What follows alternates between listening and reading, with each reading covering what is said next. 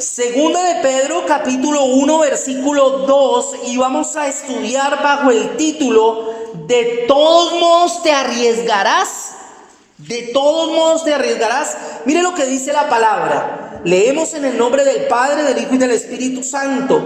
Que Dios les dé cada vez más de su generoso amor y paz a través del conocimiento que ustedes tienen de Dios y de nuestro Señor Jesús. Con su poder divino, Jesús nos da todo lo que necesitamos para dedicar nuestra vida a Dios. Todo lo tenemos porque lo conocemos a Él, quien nos llamó por su gloria y excelencia. Así nos dio promesas preciosas y valiosas. Confiando en ellas, ustedes serán semejantes a Dios y podrán escapar del mundo, el cual será destruido a causa de los malos deseos de los seres humanos. ¿Qué dice acá? Que el mundo será ¿qué? Destruido. Ahí entra una frase que a mí me gusta: soldado avisado no muere en guerra. Y sigue el versículo 5: como ya tienen esas promesas, esfuércense ahora por mejorar su vida así, a la fe. O sea, que de antemano el que escribe esto supone que usted tiene fe. Dice: a la fe añádele un carácter digno de admiración. Al carácter digno de admiración añádale conocimiento. Al conocimiento, dominio propio. Al dominio propio añádale amor. ¿No es cierto? ¿Sí voy bien? No es cierto. Al dominio propio añádele constancia. A la constancia añádele servicio a Dios. Al servicio a Dios añádele afecto a sus hermanos en Cristo. Y a ese afecto añádale amor. Si todas estas cosas están presentes en su vida y aumentan, entonces no serán gente inútil y no habrá conocido en vano a nuestro Señor Jesucristo. Mire, cuando yo leo este versículo, yo lo puedo tomar de dos formas. Lo puedo tomar como un reto o lo puedo tomar como un regaño. Literal. Porque aquí le está hablando Pedro a personas que conocen a Dios, a personas que han llegado a entender el poder de la fe. Pero él dice: la fe te tiene que llevar a esto, y esto a aquello, y aquello a esto otro, para que al final Dios pueda haber hecho la obra integral en cada uno de nosotros. ¿Sabe? Nosotros somos una generación bien particular. Voy a poner el ejemplo de la chica que hace poco se mató por allá en Medellín o en Antioquia, que se tiró del jumping y no la habían todavía asegurado y cayó al vacío. Yo hago una pregunta: quienes nos hemos tirado de eso, porque yo me he tirado de eso, ¿sabemos o no del riesgo que uno asume cuando se tira de eso? Dígame si a usted no le dicen: no, mire, esto es un deporte de extremo, eso tiene alto riesgo. Sí, por ahí que a usted siempre le revisan bien que todo esté. Yo me acuerdo cuando a mí me colocaron eso, la persona que lo hizo me jalaba, me tironeaba, y uno siente que no, porque están mirando que uno esté bien asegurado, porque si uno no está bien asegurado se mata. Pero a uno le dicen, le advierten, le dicen: esto es riesgoso. Inclusive a uno le puede dar un paro cardíaco ahí, le dicen: sufre de no sé qué, sufre de esto, es como la comercial de Doloral. ¿No? Bueno, los viejitos sabemos de qué estoy hablando, los más jovencitos no saben ni qué es eso. Pero a lo que yo me refiero es que a pesar de que nosotros sabemos la consecuencia del pecado, ¿qué hacemos? Pecar. Y la pregunta sería: ¿pero por qué? ¿Por qué nosotros de todos modos nos arriesgamos? Y por eso llamé el mensaje hoy así: la desobediencia vale el alto precio que debemos pagar. Porque la desobediencia tiene un precio. Ahorita alguien decía en la cocina, decía: Cristo te va a perdonar. Y todos estamos de acuerdo. Pero la pregunta es: ¿la vida te lo va a cobrar?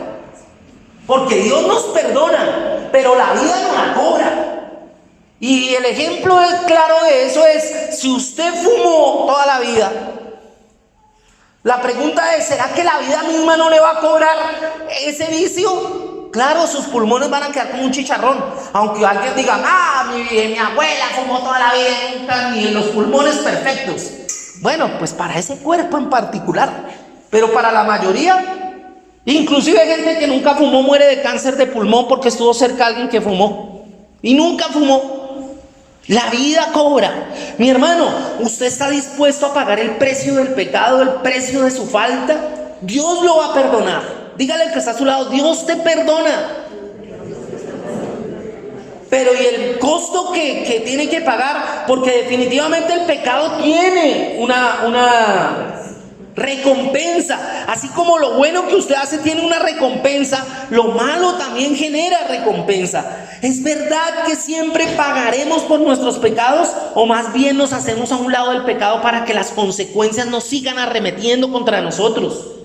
Y vuelvo y repito, mire, yo no veo una iglesia en la que haya personas que recurrentemente caigan en el mismo pecado. Yo quiero ver una iglesia, se los digo con todo mi corazón, una iglesia que entienda que vale la pena ser santo, una iglesia que dice que vale la pena luchar contra el pecado, hacerle frente al pecado, lidiar con nuestra propia concupiscencia, con nuestra propia necesidad a veces de pecar.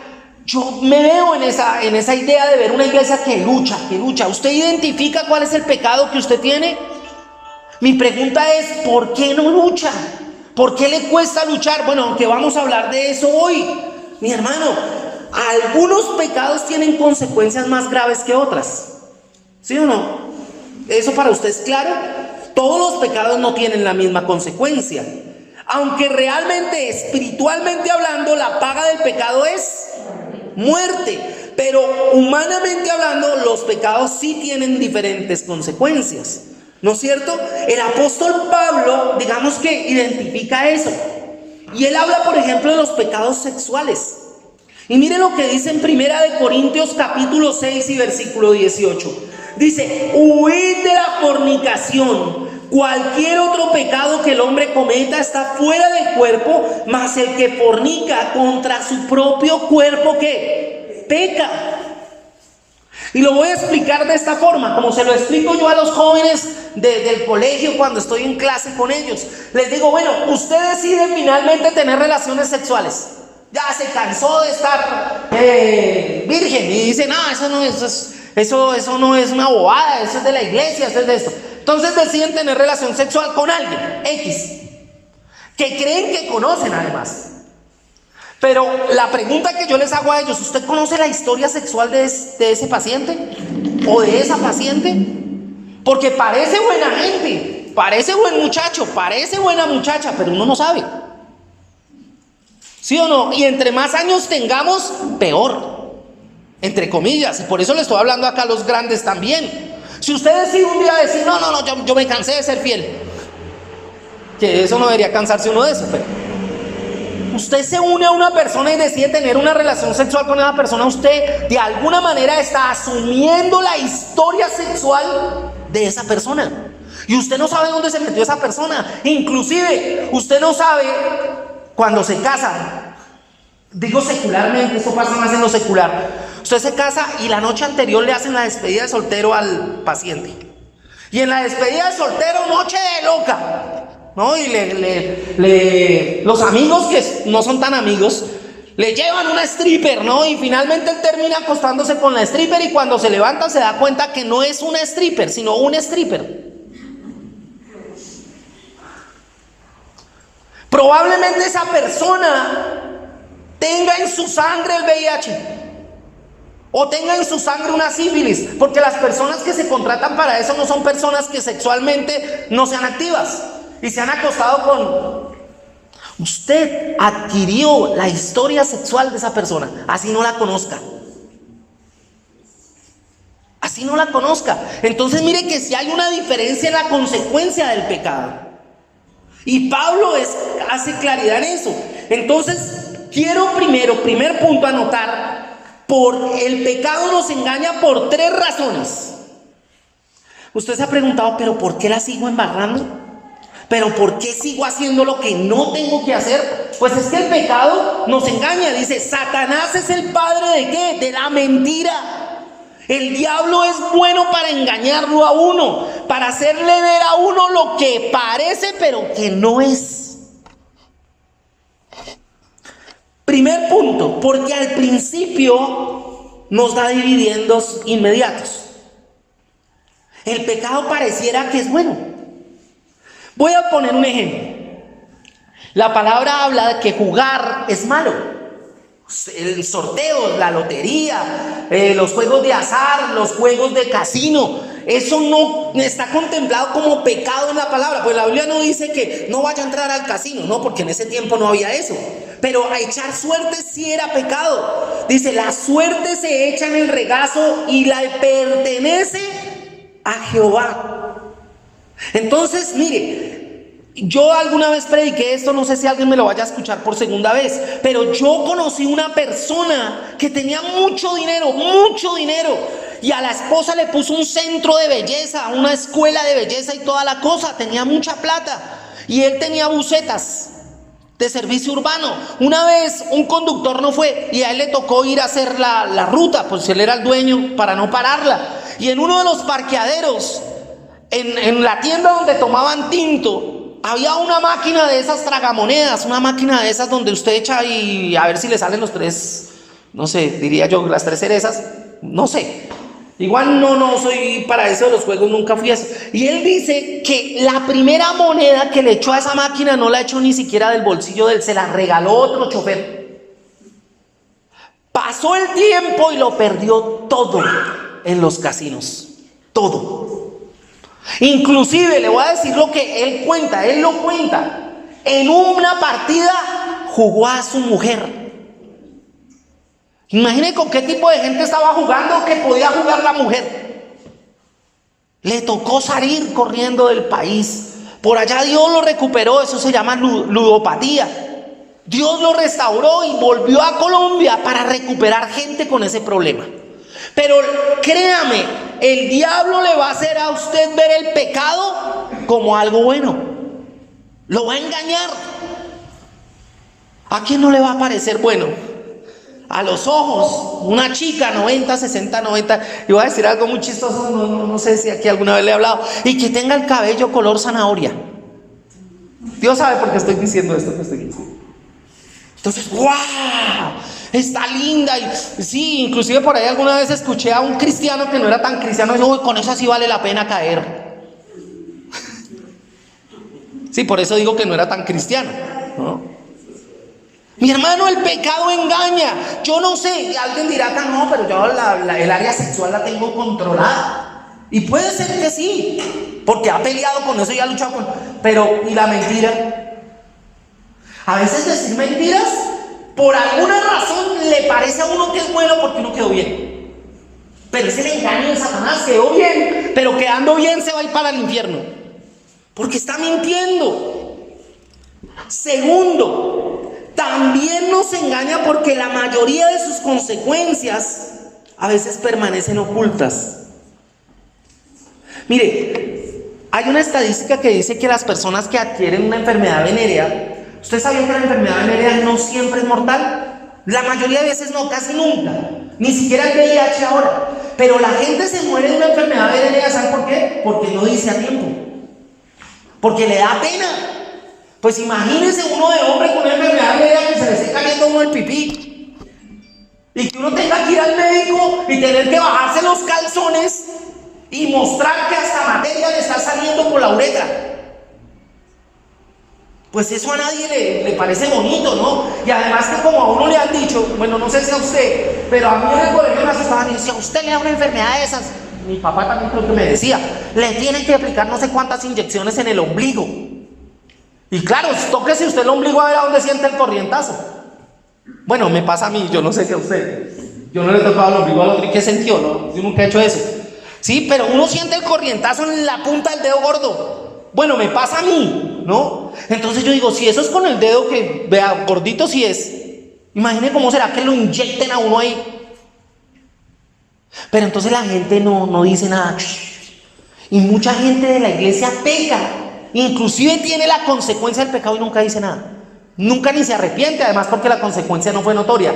Que la consecuencia sea notoria, eso es otra cosa. ¿Ustedes se acuerdan de aquel caballero que pecó y ¡pum! ¡Lepra! Esa sí se nota. Y entonces, venga, ¿qué hago? ¿Qué hago para que la lepra se me quite? Porque esa se notaba. Imagínense qué pasaría si usted peca esta semana y el otro domingo viene acá. A todos los que pequen le sale un barro en la punta de la nariz. Ah, pero yo tengo tapabocas. Pero el barro es tan grande que el tapabocas le queda así. ¿Cuántos llegarían con un barrito en la nariz? No me digan. Pero mi hermano, dice Santiago 1:14, cada uno es tentado cuando de su propia concupiscencia es atraído y seducido. Ay, ¿usted por qué la embarró? No, es que él me dijo, no, es que él me llevó. Mentiras. Uno decide pecar. ¿Usted por qué la embarró? No, es que ella me sedujo y caí en sus encantos y en sus redes. Hermano, usted se tiró de cabeza. Eso es mentiras. Y el pecado es así. ¿Usted por qué dijo mentiras? ¿Porque me tocó? No, porque usted decidió decirlas. Mi hermano, entonces, ojo con eso. Primero, porque digamos que los dividendos a veces no son tan inmediatos. No, uno peca y a veces la consecuencia del pecado es por allá, adelante. Segundo, porque la mayoría de las consecuencias no son visibles a los demás. Entonces, ay, yo peco, igual Dios y yo nos arreglamos aquí a la escondida. No. Tercero, el pecado es engañoso porque parece que podemos controlarlo. Yo creo que este es el que más tenemos, o en mi concepto. Porque uno dice, yo tengo este pecado, pero llevo 2 meses juicioso. Parece que lo puede controlar uno. Si es a nivel de lo sexual, uno va hasta la rayita. Y uno dice, no, hasta ahí. Sí, aquí me puedo controlar. Aquí no me voy a pasar. ¿Y qué sucede al final? No, uno no se puede controlar. ¿Sí? Yo les he dicho a ustedes, yo conozco gente que ha dejado la droga por muchos años. Y pasados los años vuelven y caen. Y vuelven a la calle. Porque uno cree que lo controló. Mire, yo conozco casos, y nosotros también acá los conocemos. Hubo un chico acá que venía que se llama Wilson. ¿Ustedes se acuerdan de Wilson? Y Wilson llegó a la iglesia, se restauró, se recuperó. Lo llevamos a rompiendo cadenas. Y hacíamos vaca para pagarle allá. ¿Ustedes se acuerdan de eso? Y él duró, no sé, creo que no alcanzó a durar los 8 meses. Y el tratamiento duraba 1 año. Y entonces él a los 8 meses empezó a decir, no, yo ya estoy listo, yo estoy preparado, yo ya estoy fuerte. Y ya era líder allá en la finca del Salto de Tequendama para abajo. No, él ya decía, yo estoy fuerte y todo. Salió, puso un negocio, no sé cuánto lo vieron con la carreta de vidrios para celular y todo. Mi pregunta es, ¿cómo terminó esa historia? Otra vez está en la calle vuelto nada. Porque uno cree que ya lo puede controlar. Por eso es importante, muy importante. Freddy, me lo pongo de ejemplo porque lo tengo acá enfrente. Por eso es importante encontrar una persona con la que yo tenga mucha confianza y sepa que me puede ayudar en mi problema, así sea amarrándome de una mano, como sea. Pero que yo le cuente a otro y le diga, Freddy, mira, a mí me pasa esto. Esta es mi debilidad y necesito que usted como mi amigo me ayude. Y entonces Freddy sabe y él está pendiente de mí. ¿Qué hubo? ¿Cómo va con eso? ¿Qué hubo? ¿Qué tal? Y como yo lo siento mi amigo el día que yo soy como medio tembloreque, lo llamo y le digo, chino, ayúdame porque estoy qué. Y él me dice, no vengas para acá. No, yo ya voy para allá. Algo, cuando uno hace eso, no es que se esté exponiendo, se está cuidando. Pero la gente le gusta mantener su pecado oculto y por eso es que la embarra todo el tiempo. Y yo no estoy diciendo que usted me cuente a mí. Porque usted tiene que confesar es delante de Dios. Si usted cree que yo le puedo ayudar, bueno, cuénteme. Pero yo acá no tengo confesionario. No necesito saber las cosas que no necesito saber. Solo si usted decide contármelas para que le ayude. Eso es otra cosa. Pero yo tengo siempre una pelea con mi mamá. O sea, yo siempre hablo de mi mamá, pero es que no es que la que vive conmigo. Y la pelea es la siguiente.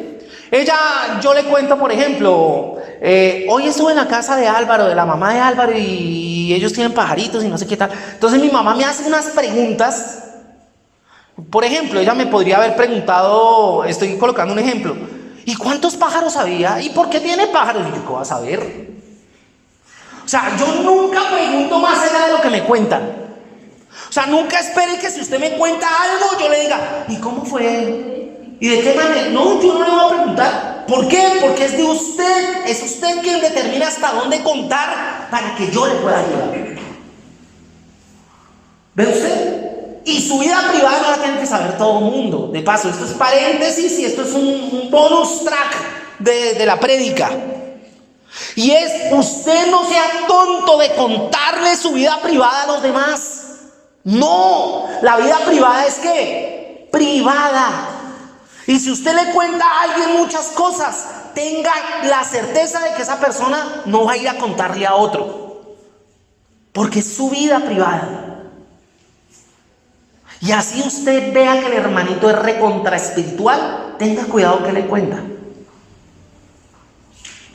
Tenga cuidado que le cuenta. Bien, entonces nosotros sabemos de la vida de David.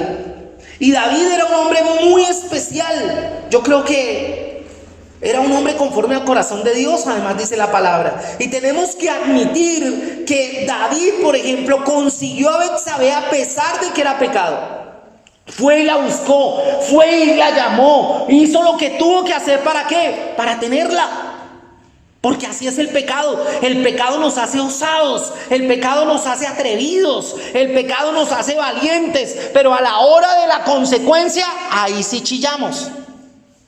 Ahí sí somos cobardes. Ahí sí no le decimos a Dios, Señor, me lo merezco. Por nuestra naturaleza le decimos, Señor, ten misericordia. Pero si a eso de ten misericordia le decimos, si me lo merezco, yo creo que hay eso es como cuando el hijo comete un error y en vez de salir corriendo, se queda quieto, se baja el pantalón y dice, sí, me lo merezco. ¿Eso sí pasa? Pero imagínense, dígame, Freddy, si usted, uno de sus hijos la embarra y se pone frente a usted y le dice, sí, papá, la embarré, usted tiene todo el derecho de castigarme, me lo merece. ¿Usted qué hace? Sinceramente, no lo castigo. Claro, eso desarma la rabia, eso desarma de pronto el interés de quererle calentar esas nalgas así no tenga muchas. Claro, y a veces nosotros los hijos nos falta eso, y con Dios es igual. Es decir, si la embarré, Señor, no debía haberlo hecho. Señor, por favor, ten misericordia, pero entiendo que si me castigas me lo merezco. En vez de ponerse uno a llorar y uno le dice, ¿y por qué está así? No sé, Dios se empeñó conmigo, yo no sé qué vio en mí. Pues, ¿usted qué cree? ¿Que usted falla y Él lo aplaude? Pues, aparte de que ya murió por usted, ¿usted quiere que aparte de eso, Él sea... ¿Cómo es que le llaman a esas personas que no castigan a su hijo, aunque lo merezca? ¿Cómo? Eso, alcahueta. ¿Usted cree que Dios es alcahueta? No, Dios es justo, Dios es amoroso, Dios es misericordioso, pero nunca alcahueta. Nunca alcahueta, mi hermano. Aparte de eso, nosotros reconocemos qué pasó con Sansón y Dalila. A Sansón le dice Dios de alguna manera, voy a parafrasear, le dice, Sansón, escoja la que quiera, menos una filistea. ¿Y con quién terminó? Hermano, de todos modos se arriesgó. ¿Y la consecuencia? Muerte. Pero antes de muerte, porque yo digo una cosa, aquí estamos hablando entre gente que no es nueva. Si yo la embarro, yo le he dicho a Dios, Señor, si yo la embarro, llévame. Pero ¿sabe que es una oración egoísta? Dios me ha hecho entender que es una oración egoísta. ¿Sabe por qué? Porque yo le digo llévame porque hay una intención egoísta en mi corazón y es que no me avergüence.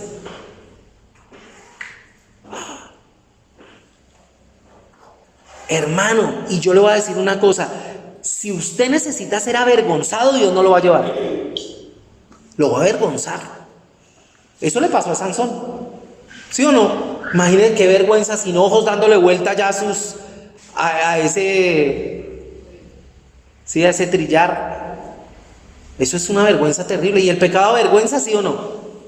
Cuando nadie se da cuenta, y por eso lo seguimos haciendo, pues pase de agache. Pero cuando se dan cuenta. En 10º grado tuve yo mi primera novia. Yo tuve 3 novias en mi vida. Y en 10º grado yo me hice novio de una chica muy linda. Se llamaba Ingrid Carolina, o se llama, es profesora de física. Ingrid Carolina Sierra Guarín. Y yo amaba a esa niña, nunca la toqué. Porque la amaba tanto que la respetaba muchísimo. Y cuando uno ama, respeta. Y yo a ella la amaba mucho. Cuando volví a 11 grado en febrero, ella no fue al colegio. Entonces yo me fui a preguntar por ella y me dijeron, no, es que se enfermó, le dio un soplo en el corazón y se tuvieron que llevarla para Cali, Y como a los 3 meses, mi mamá llegó a la casa así asustada, pálida y todo, y me dijo, ay, yo ni sabía a quién vi. Y yo le dije, ¿a quién vio, madre? Me dijo, a Ingrid. Y dígame la verdad, ¿ese chino es suyo? Yo no he hecho nada. Yo no he hecho nada. Estaba embarazada de mi mejor amigo. Es que a algunos el pecado sí se les nota. ¿Sí? Y usted no es mujer, pero el pecado se le nota. ¿Cómo hacen las mamás para cuando uno llega de la calle y le dicen a uno y uno viene lo más tranquilo y es, ¿qué estaba haciendo? Sí, pero yo estoy igual. Pero ellas tienen eso. El pecado se ve así en usted. De verdad. Entonces nosotros cosechamos lo que ¿qué? Lo que sembramos. Lo que sembramos, mi hermano. Mire, 3 leyes de la siembra y la cosecha. Y estamos hablando del pecado. Pero si usted siembra pecado, ¿qué cosecha? Pues cosas que no son las más agradables. Primero, el pecado siempre produce pecado. Y siempre en mayor cantidad. Cuando usted dice una mentira y lo descubren, ¿qué le toca hacer? Bueno, puede hacer 2 cosas. Una, decir, qué pena, le mentí. Y parar ahí. Pero naturalmente usted hace eso. No, el ser humano no hace eso. Lo que hace es decir una mentira más grande para tapar la que ya dijo. Entonces el pecado va ¿en qué? En escalada. Por eso usted y yo tenemos que dejar de pecar. Porque si usted no deja de pecar, tarde que temprano el pecado lo va a exponer. Y ahí se va a tener una vergüenza mayúscula. Mi hermano, ¿quién de nosotros no hemos pecado? Todos hemos pecado, pero tenemos que considerar la idea de dejar de hacerlo, porque el pecado casi siempre lo va a hacer que usted tenga más pecado y cada vez más graves. Cuando uno estudia esto de la pornografía y todo eso, los chicos, por ejemplo, que empiezan a tener tendencias de masturbación, terminan masturbándose 5 o 6 veces al día. Y ahora que la pornografía está por todos lados y por todas partes, imagínese usted. Mi hermano, la tendencia siempre es a crecer con el pecado, a hacer las cosas cada vez más, sí, y además más ocultas. Segundo, cosechamos en un tiempo diferente. Uno no siembra y de una vez sale la matica y ya. No, cosechamos en un tiempo diferente. Mi hermano, quizá la consecuencia de su pecado no sea hoy, no sea mañana, no se vea en 2 meses o 3, depende de la barriga. ¿Sí? De pronto no. Mi hermano, miren lo que dice Eclesiastés 8:11. Dice, por cuanto no se ejecuta luego sentencia sobre la mala obra del corazón de los hijos de los hombres, está en ellos dispuestos para hacer el mal. Si la consecuencia del pecado fuera inmediata, aunque sí hay muchos pecados que tienen consecuencia inmediata, pero muchos no, ¿qué pasaría? Si usted supiera que lo que va a hacer le trae una consecuencia inmediata, ¿usted lo hace? Probablemente sí, pero se guardaría más. Estaría más dispuesto a no hacerlo porque se le va a notar de una vez. O la consecuencia sería de una. O por ejemplo, si usted sabe que va a hacer algo y se va a morir, ¿usted lo hace? Inclusive por instinto de conservación no lo haría. Las personas que deciden suicidarse muchas veces aunque lo decidieron, no lo hacen porque saben que la consecuencia es inmediata. Si son cristianos, saben que puede haber muerte física y puede haber muerte, ¿qué? Eterna. No, la espiritual no alcanza ni a vivirla, porque son 3 clases de muerte: muerte eterna, muerte espiritual y muerte física. Una persona que se suicida, ¿sí?, pierde su vida física, pero pierde su vida, ¿qué? Eterna. O sea, muere eternamente. El suicidio es la puerta más rápida para llegar al infierno. Y hay gente que, sabiendo eso, decide no hacerlo, porque pues la consecuencia es ¿qué? Inmediata. Pero todos los pecados no son así. Usted cuando hace chucuchuco, ¿sí?, usted no sabe si va a quedar embarazada o no. Cuando llega el primer mes, la persona está sudando petróleo, ¿no? Y pregunta, ¿qué hubo? ¿Ya le llegó? ¿Sí? O está esperando el WhatsApp, me llegó. ¿No? La consecuencia no fue inmediata, pero se nota. Entonces, mi hermano, el castigo está incluido en la naturaleza misma del pecado. Dígale al que está a su lado: si pecas, serás castigado. Dígale al que está a su lado: si pecas, serás castigado. Tarde que temprano. Proverbios 28:13 dice: el que encubre sus pecados no prosperará, mas el que se confiesa y se aparta alcanzará misericordia. ¿El que qué? El que confiesa. Y vuelvo y repito, la confesión es un acto de ¿qué? De confianza con el otro. Pero usted le tiene que confesar a Dios, pero sí se tiene que dejar ayudar. Yo fui a unas conferencias donde el predicador, que era gringo, decía cada rato, y era lo único que decía en español además, decía: solito no, solito no. Y de verdad, uno siempre necesita un mentor, uno necesita un amigo, uno necesita a alguien a quien pueda confiarle lo que sea para que lo ayude a uno. Grave es que normalmente uno confía en alguien que lo que hace no es ayudarlo, sino decir: bien, chino, bien, vamos por la otra. Bueno, pero esa no es la prédica. Y tercero, recogemos más de lo que sembramos. Usted siembra una semilla de un árbol de naranja, ¿crece el árbol y solamente da una naranja? No. Y si usted siembra pecado, ¿qué espera recoger? ¿Un pecado? ¿Una consecuencia? No, bájese de esa nube. Si usted siembra pecado, va a recoger un montón de cosas que no son buenas. Que no son buenas. Definitivamente el rey había dicho que el hombre que robara la corderita de su vecino debía pagar ¿cuántas veces? ¿Ustedes se acuerdan de David cuando se confiesa delante de su amigo Natán? Y Natán le dice: ¿qué tal el desgraciado? Y David dice: sí, ese es mucho desgraciado, que pague 4 veces. Y el desgraciado era él, porque David era el que había pecado. Mi hermano, y sabe, el pecado, él estaba hablando de su propio pecado. 4 de sus hijos murieron prematuramente, porque como él dijo 4, fueron las palabras de él mismo se condenó. 4 hijos de David murieron prematuramente por haber hecho lo que no tenía que hacer, y además por no reconocer su pecado. Yo creo que Natán esperaba que el rey le dijera: sí, yo soy, sí, la embarré. Mire, Natán, además era amigo. Si usted lee la palabra, el profeta era amigo del rey. No todos los profetas eran amigos del rey, porque los profetas tenían mala fama y le decían las cosas malas que iban a pasar al rey. Entonces los profetas y los reyes eran... Pero este sí era amigo de David, además porque David era un hombre conforme al corazón de Dios. Eran parceros, estaban bien, ¿sí? Además David también era sacerdote, no solamente rey.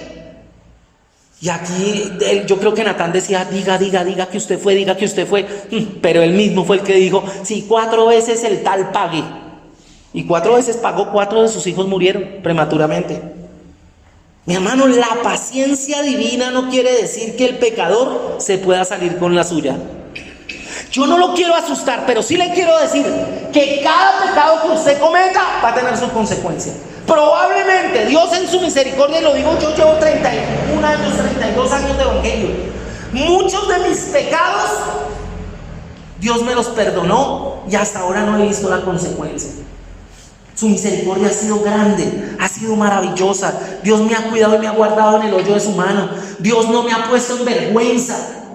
Inclusive yo creo que hasta en eso Dios me ha puesto a prueba, pudiéndome colocar en vergüenza sin yo haber hecho nada. Pero Dios me guardó, Dios me cuidó. Eso es algo maravilloso. Pero ¿qué tal si ya Dios está cansado de guardarle su desfachatez y decide ponerlo en vergüenza o exponerlo públicamente? Tenaz, ¿no? A mí me cuesta, por ejemplo, leer noticias de un jugador que a mí me gusta de pronto ver jugar y toda la cosa, y salen las noticias que no, que golpeó a su esposa o que lo agarraron por narcotraficante. Yo admiraba a ese jugador del Caldas que le hizo el gol al Boca Juniors para ganarse la Copa Libertadores, Biafara, cuando que es que lo cogen y el hombre allá con las manos atrás por narcotraficante. Diego León Osorio, el mejor marcador que ha tenido este país, marcador de punta, lo cogieron dos veces por narcotráfico. Eso es una vergüenza, un tipo que lo conoce en todo el mundo y cogerlo por narcotraficante. Mi hermano, pero a veces usted no se ha puesto a pensar en las consecuencias del pecado y lo sigue haciendo porque hasta ahora ha pasado de agache. Pero hoy yo lo hago responsable a usted del pecado. Y si usted sigue pecando, Dios lo va a exponer. Dios va, sí, yo oraré para que Dios tenga amor, misericordia, y Dios es amoroso. Inclusive, voy a decir algo que va a sonar duro, pero probablemente la única manera que usted cambie es que Dios lo exponga. Probablemente. Dios le ha dado tantas oportunidades y Dios ha venido a amarlo tanto que ya dice Dios, no, definitivamente. Yo no fui muy caspa de niño. Sí, era muy inquieto, pero no era caspa. Pero mi papá siempre le creía todo lo que le contaban en la casa, porque yo viví mucho tiempo en la casa de mi abuelita. Entonces llegaba mi papá y le colocaban quejas. Y como yo viví como en un inquilinato, por decirlo así, arrendaban muchas. ¿Saben qué hacían estas hermanitas, estas señoras de la casa? Todo lo malo que pasaba en la casa, los gemelos, los mellizos, ellos fueron. Mi papá llegaba y un día mi papá le llenó tanto la paciencia de que ¿sabe qué hizo? Nos encerró como 4 días en la pieza y no nos dejaba salir a nada. Imagine uno de 6 años encerrado en una pieza 3 o 4 días. Y yo me acuerdo de eso. Porque uno y uno porque ya a veces se agota la paciencia. Mi hermano, y para terminar, yo quiero rápidamente mostrarles a ustedes cuál es el ciclo de la desobediencia. A ver usted en qué punto va. Ojalá no esté desobedeciendo, pero le voy a mostrar cómo es ese ciclo de la desobediencia, porque a veces uno no se da cuenta porque el diablo lo engaña a uno y uno va dando pasos sin darse cuenta para dónde va, ¿no? Entonces, primero, nosotros tenemos todo bajo control. Nosotros creemos eso. No, todo eso. Yo tengo el control de la situación, ¿no? Y marcamos límites en la desobediencia. Bueno, voy a desobedecer, pero un poquito. Y marcamos esos límites. Segundo paso. Ganamos algunas batallas. ¿Qué quiere decir eso? Que probablemente usted decidió no volverlo a hacer. ¿Sí? Los que juegan dicen muy frecuentemente esta palabra. Dicen algo así como que la última y me voy. O los que jartan tragos, ¿no? El último y me voy. Y dicen, no la voy a embarrar, no me voy a emborrachar, solamente una. La última, lo tiene bajo control. Nosotros sabemos qué pasa después. ¿No es cierto? Entonces, ganamos algunas batallas, podemos refrescarnos, podemos tener la sensación de que estamos al mando de la situación.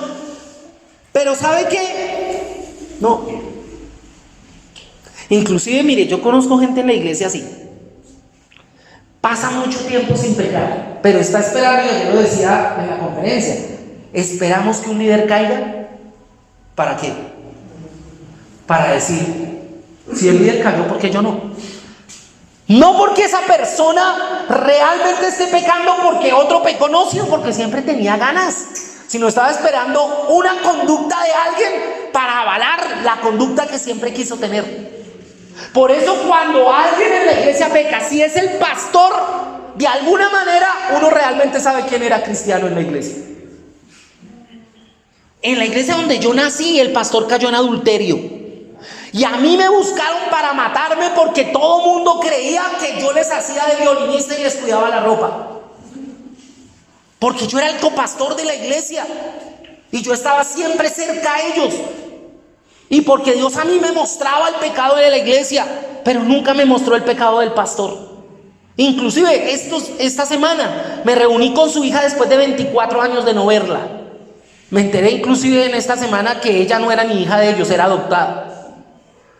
Pero sanamos el corazón. 24 años ella creyendo que yo sabía del pecado de su papá. Nos reunimos en Soacha, nos comimos una picada de carne de chigüiro y todas esas cosas. Delicioso. Y hablamos y nos pedimos perdón. Y le conté cómo fue la historia desde lo que yo viví. Y ella dijo, Johnny, porque ella pues obviamente no me dice pastor, Johnny, yo nunca pensé que hubiera sido así. Y ella se ve con el papá, bueno, con el pastor. Y le dije, pregúntele acerca de lo que yo le he contado. Porque su papá nunca fue tan honesto para contarle a usted la verdad, y ahora usted la tiene que escuchar de mis labios. Y usted le crea que quiere. Pero nos pedimos perdón. Celebramos con una limonada natural y quedamos súper bien. Ahora estamos de charla ahí de WhatsApp y toda la cosa, y que quedé invitarla a comer pescado y ahí estamos bien, sanando. Pero mi hermano, recuerde eso siempre, siempre. Y es que definitivamente nosotros podemos pensar que ya lo tenemos controlado, pero no. Con el pecado siempre hay que estar. Siempre hay que poner límites bien serios. Y yo le digo a los que son acá esposos, porque lo vi en mi mamá. Cuando mi papá volvió a la casa, mi mamá no lo recibió con los brazos abiertos y venga papito y venga esto tal. No, primero le digo, venga, siéntese ahí. De ahora en adelante, las normas son estas. Las condiciones son estas. Si usted quiere cumplir esto, listo. Si no, devuélvase para la casa de su mamá, porque mi papá vivía en la casa de mi abuela. Es así, mi hermano, porque si no hay límites, cuando usted está pecando, vuelve y lo hace. Créame, vuelve y lo hace. Usted tiene que decir no a esto, no a esto. Voy a hacer esto. Borre todo lo que tiene en ese celular que no le sirve. Se lo digo por experiencia propia. A veces uno admite, por ahí foticos que le mandan a uno por el WhatsApp los amigos, en los grupos y todas esas cosas, ¿sí o no? Y uno las deja ahí para volverlas a ver en algún día y los tiene por allá. Hermano, borre eso. Eso le perturba, eso hace que usted vuelva y caiga, o vuelva y haga lo que no debe. Tercero, pesamos los pros y los contras y concluimos que debemos dejar el pecado. ¿A usted le ha pasado eso? Venga, yo la estoy embarrando en esta, los pros, los contras, y lo voy a dejar. Pero esa es la decisión, eso es lo que uno quiere hacer, pero es lo que hace.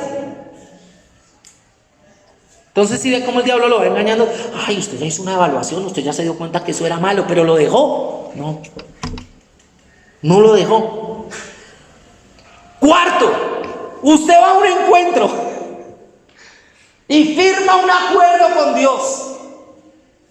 Pero firmarlo no quiere decir cumplirlo. A alguien aquí le han firmado un cheque chico que nunca pudo cobrar. A alguien le hicieron una letra que, hermano, uno cree que la tiene segura ahí. Y a veces uno cree que firmando, listo. No, tampoco. Quinto, mi hermano, usted empieza a cambiar la letra menuda de su contrato. ¿Sí? O inclusive la escribió, pero con la letra tan pequeñita que ni usted la sabe leer, la puede leer, para darse que gusticos de vez en cuando. Sexto, Satanás le va a cobrar. Satanás dice, venga, usted firmó, pero mire que aquí en la letra pequeñita decía,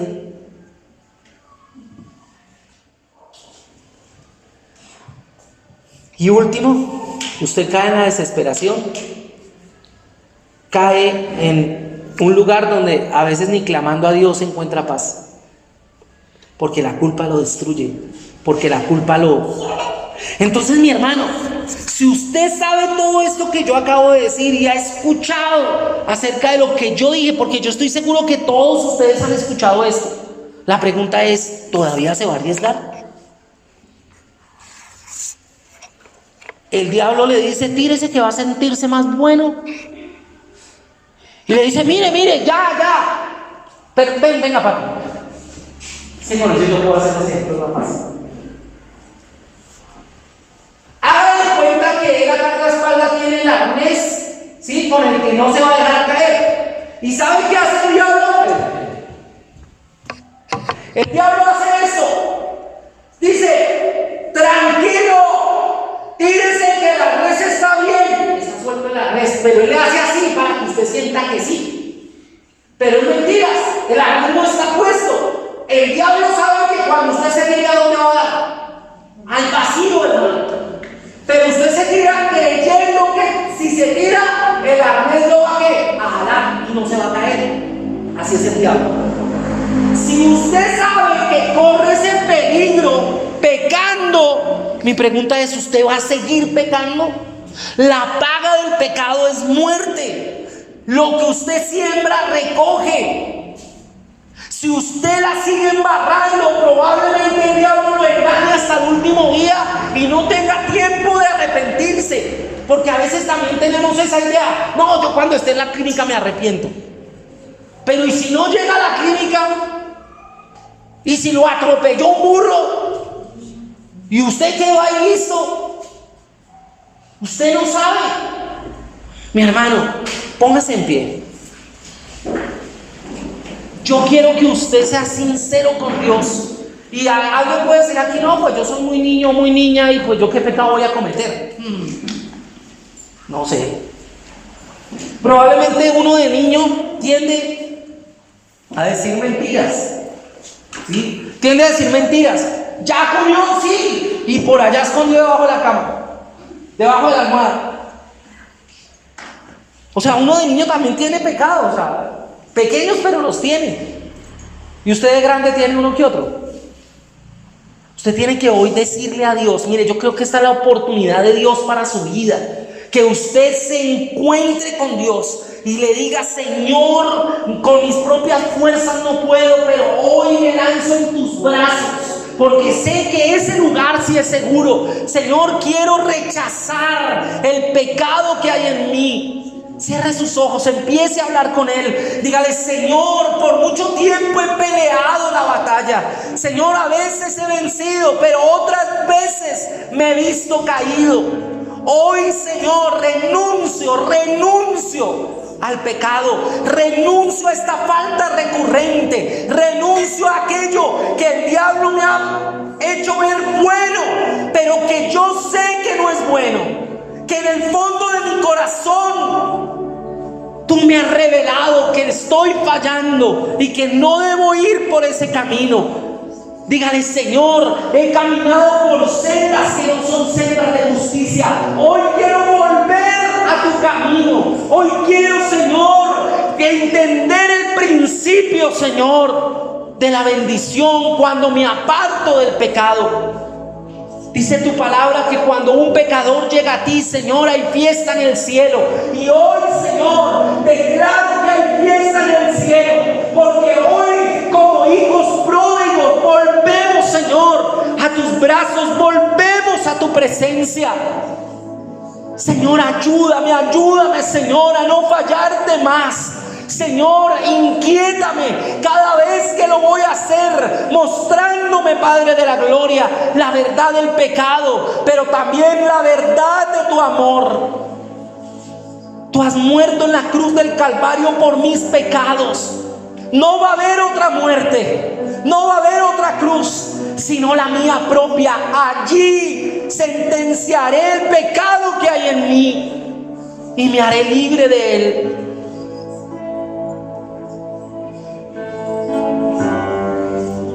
Dile, Señor, recuérdame, trae a mi memoria los pecados que quizás de los cuales no me he arrepentido. Y arrepentimiento tiene que ver con girar 180 grados y caminar por el lugar correcto. Hoy en el nombre de Jesús cerramos esa vía, cerramos ese camino, porque la palabra dice que el único camino es Él, es Jesús de Nazaret. Él es el camino, la verdad y la vida. El diablo te ha estado mintiendo y tú hoy tienes que reconocer que te has dejado engañar.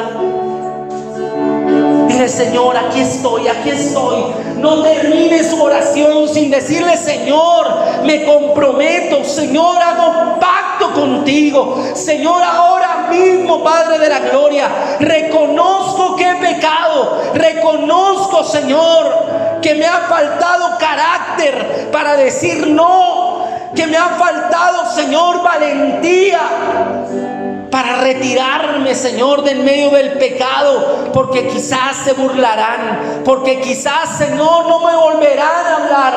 No importa. Hoy, Señor, llevo cautivo todo pensamiento a la obediencia, Señor, en Cristo. Ahora mismo, Señor, el pecado, Señor, la tabla, la lista de pecados, la coloco en la cruz, y que tu sangre poderosa me limpie de todo pecado. Quiero ser santo, quiero ser apartado. Señor, quiero estar en la iglesia adorando y levantando manos santas. Quiero estar en la congregación con un corazón blanco como la nieve. Borra ese rojo carmesí del pecado que hay en mí. Devuélveme el gozo de la salvación en esta hora. Toma mi ser, toma mi vida, Señor. Soy tuyo, Señor. En tus manos, Señor, quiero estar. Si hoy vinieras por mí, Señor, quisiera, Padre, ir al reino de los cielos. Quisiera estar contigo por la eternidad. Líbrame, Señor, líbrame de las llamas del infierno. Señor, maravilloso y poderoso eres tú, Señor.